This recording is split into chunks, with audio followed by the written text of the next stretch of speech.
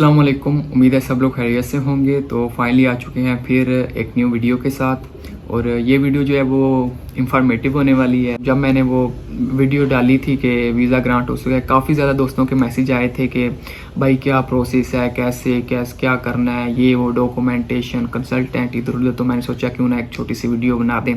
इस वीडियो में जो है वो मैं कंप्लीट प्रोसेस बताऊँगा वीज़ा का। तो ये जो है वो तकरीबन 5 से 6 स्टेप हैं। तो चलें स्टार्ट करते हैं। ओके। हाँ जी, तो जो पहला स्टेप है हमारा वो आ जाता है एजुकेशन का। एजुकेशन मतलब आपने होम कंट्री में जो है वो क्या स्टडी की है। मैंने जो है वो एफएससी की थी पंजाब कॉलेज से, प्री मेडिकल। मैंने जो है वो फिर बैचलर के लिए अप्लाई किया था। एफएससी और मैट्रिक दोनों में 60% मार्क्स जो हैं वो लाजमी हैं। सेकंड स्टेप आ जाता है लैंग्वेज टेस्ट का, जो कि बहुत ही ज़्यादा इंपॉर्टेंट है। इसके बगैर जो है वो नेक्स्ट अप्लाई नहीं कर सकते, कुछ भी नहीं सीन होता। तो सबसे मेन जो आ जाता है वो आ जाता है लैंग्वेज टेस्ट। तो इसमें भी फिर दो तरह के टेस्ट हैं, एक होता है आइट्स और एक होता है पीटीई। आइट्स में जो होता है वो बैंड होते हैं, 9 बैंड होते हैं उसमें, और जो पीटी होता है उसमें 90 स्कोर होते हैं। मैंने जो है वो आइट्स किया था उस टाइम, और मेरे आइट्स में थे 6 बैंड। तो बाकी ईच में क्या थे वो छोड़ें, क्योंकि वीज़ा लग गया बस बहुत है। ओके। उसके बाद कुछ लोगों का जो है ना वो काफ़ी गैप आ जाता है। अगर फ्रेश हैं, आपने जो है वो हाल ही में एफएससी हुई है, बैचलर हुई है, तो फिर तो कोई इशू नहीं होता। और कुछ होते हैं मेरे जैसे 1 साल वेस्ट करने के बाद बत्ती जल्दी दिमाग की क्या वीज़ा अप्लाई करें। तो मेरा जो है वो 1 साल का गैप था। खैर गैप जो है वो कवर हो जाता है, उसकी इतनी टेंशन नहीं लेनी। अगर तो आपका 1 साल का है फिर तो बिल्कुल भी टेंशन नहीं लेनी। हाँ, अगर 1 साल से ज़्यादा है, जैसे 2 साल का, 3 साल का, तो फिर आपको टेंशन लेनी है। लेकिन इतनी सी टेंशन, सिर्फ इतनी सी ज़्यादा नहीं। तो गैप कवर हो जाता है। तो गैप कैसे कवर होता है वो जो इसके बाद स्टेप आने वाला है वो बंदा आपको गाइड कर देगा। अगर आपका 1 साल का है तो उसमें आप कोई भी डिप्लोमा जो है वो बता सकते हैं, और अगर आपका 2 साल 3 साल का है तो उसके लिए फिर आप जो है वो किसी भी कंपनी, किसी इंडस्ट्री से जो है वो एक्सपीरियंस लेटर बनवा लें तो वो काम बन जाएगा।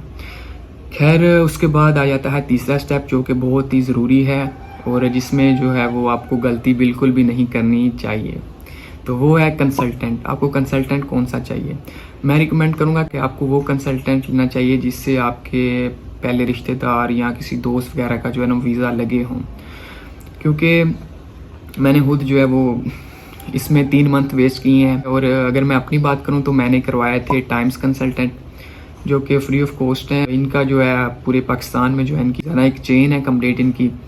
तो मैं जैसे कि मुल्तान में हूँ, तो मैंने फिर मुल्तान में जो उनका ऑफिस है उनके साथ कांटेक्ट किया था। तो आप जो है वो इनके साथ कांटेक्ट करें। आपके हर सिटी में जो है ब्रांच होती है। गूगल पे जाएं, सर्च करें टाइम्स कंसल्टेंट, उनकी वेबसाइट आ जाएगी। बहुत अच्छे हैं, मेहनती भी हैं काफ़ी, तो आप जो है इनसे भी रब्ता कर सकते हैं। खैर और भी बहुत अच्छे अच्छे कंसल्टेंट हैं, लेकिन जो भी चूज़ करें ध्यान से चूज़ करें। वो कंसल्टेंट के बाद जो होता है वो सीन आ जाता है आपका यूनी का। आप जो है वो यूनी खुद भी सर्च करें, और कंसल्टेंट जो है वो भी आपको बता ही देंगे आपके बैंड और आपके जो है मार्क्स के लिहाज से कि इस यूनी में आपका एडमिशन हो सकता है, इसमें नहीं। आप खुद भी सर्च करें, क्योंकि आपको भी थोड़ी बहुत नॉलेज हो, कि आपको पता हो आप किस यूनी में जा रहे हैं, किस कोर्स में जा रहे हैं। और अगर मैं अपनी बात करूं तो मुझे था कि मैंने सिडनी जाना है, क्योंकि वहाँ पे दोस्त वगैरह हैं तो उनके पास जाना था, इसलिए फिर मैंने सिडनी में यूनी सर्च की। तो मुझे जो है वो एक यूटीएस मिली, उसमें मेरा एडमिशन हो सकता था। और एक सिडनी से साथ ही रीजनल एरिया वोलंगोंग, तो उसका कैंपस भी है सिडनी में, उसमें भी मेरा एडमिशन हो सकता था। तो इन दोनों में अप्लाई किया था हमने, और जो है दोनों में से ही जो है वो ऑफर लेटर आ गया और अनकंडीशनल ऑफर लेटर भी आ गया। तो खैर वोलंगोंग का जो है वो पहले आ गया था, उसकी हमने फ़ीस वगैरह भर दी और वहाँ प्रोसेस स्टार्ट हो गया। तो आप भी जो है वो खुद सर्च करें इसके ऊपर सारा, तो वो बेस्ट है। खैर बाकी कंसल्टेंट तो आपको गाइड कर ही देंगे। तो यूनी में जो होता है वो उसका क्या हिसाब किताब होता है, किस तरह मतलब डॉक्यूमेंट्स भेजने, ये वो। अगर यूनी की मैं बात करूँ डॉक्यूमेंटेशन की, तो वो कुछ इस तरह से होती है कि आपने जो है वो अपने स्टडी के जो डॉक्यूमेंट्स होते हैं, जैसे मैट्रिक, इंटर, आइट्स, उसके बाद ये 3-4 डॉक्यूमेंट्स जो होते हैं वो आपने सबमिट करवाने होते हैं। वो कंसल्टेंट जो है वो यूनी को भेज देता है। तो 10 से 15 दिन के अंदर आपका जो होता है वो कंडीशनल लेटर आ जाता है, जिसके बाद आपने जो होता है वो एक GTE भेजनी होती है। GT मतलब जेन्युइन टेम्परेरी इंट्रेंट, जिसमें आपने जो है वो अपने फंड्स वगैरह और उसके अलावा अपनी प्रॉपर्टी, अपनी बैंक स्टेटमेंट, मतलब माल शो करवाना है कि आपके पास माल कितना है। पेरेंट्स जो हैं वो बच्चे की स्टडी अफोर्ड कर सकते हैं या नहीं। आपकी जीटी क्लियर हो जाती है तकरीबन 2 वीक के अंदर अंदर, मैक्स 2 से 3 वीक के अंदर, ज़्यादा टाइम भी लग सकता है। तो उसके बाद आपको आ जाता है एक अनकंडीशनल लेटर जिसके ऊपर आपकी फ़ी वगैरह होती है, इस पर आपने अपनी फ़ी सबमिट करवानी होती है। फ़ी पे करने के बाद 1 या 2 वीक के अंदर आपको फाइनल जो है वो COE आ जाती है यूनी की तरफ से, ठीक है।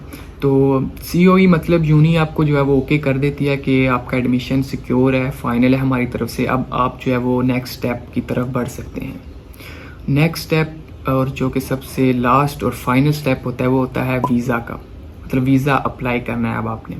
उसमें भी कुछ वही जो एक फॉर्म होता है वो कंसल्टेंट जो है वो फिल कर देते हैं और वही जो है वो सबमिट करवाना होता है। उसके साथ आपके सारे डॉक्यूमेंट्स जो आपने पहले यूनी में भी भेजे होते हैं वो सारे डॉक्यूमेंट्स जाते हैं एम्बेसी में।